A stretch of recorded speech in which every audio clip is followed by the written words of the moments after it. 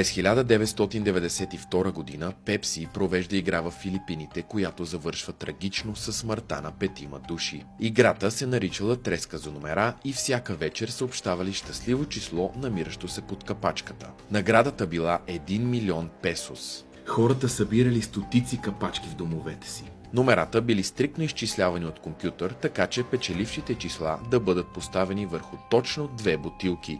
В един момент обаче компютърната система се повредила и направила фатална грешка. И така на 25 април 1992 година щастливото число било 349.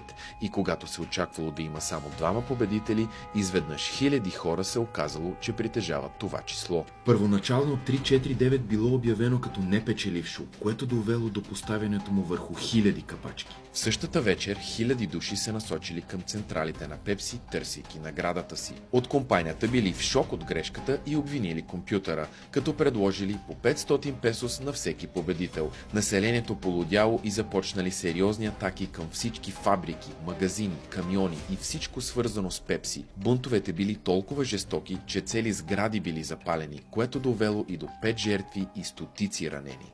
Народът искал обезщетение от 400 милиона долара, но в крайна сметка компанията била осъдена да плати само 150 хиляди долара, оставяйки хиляди хора силно разочаровани и подведени.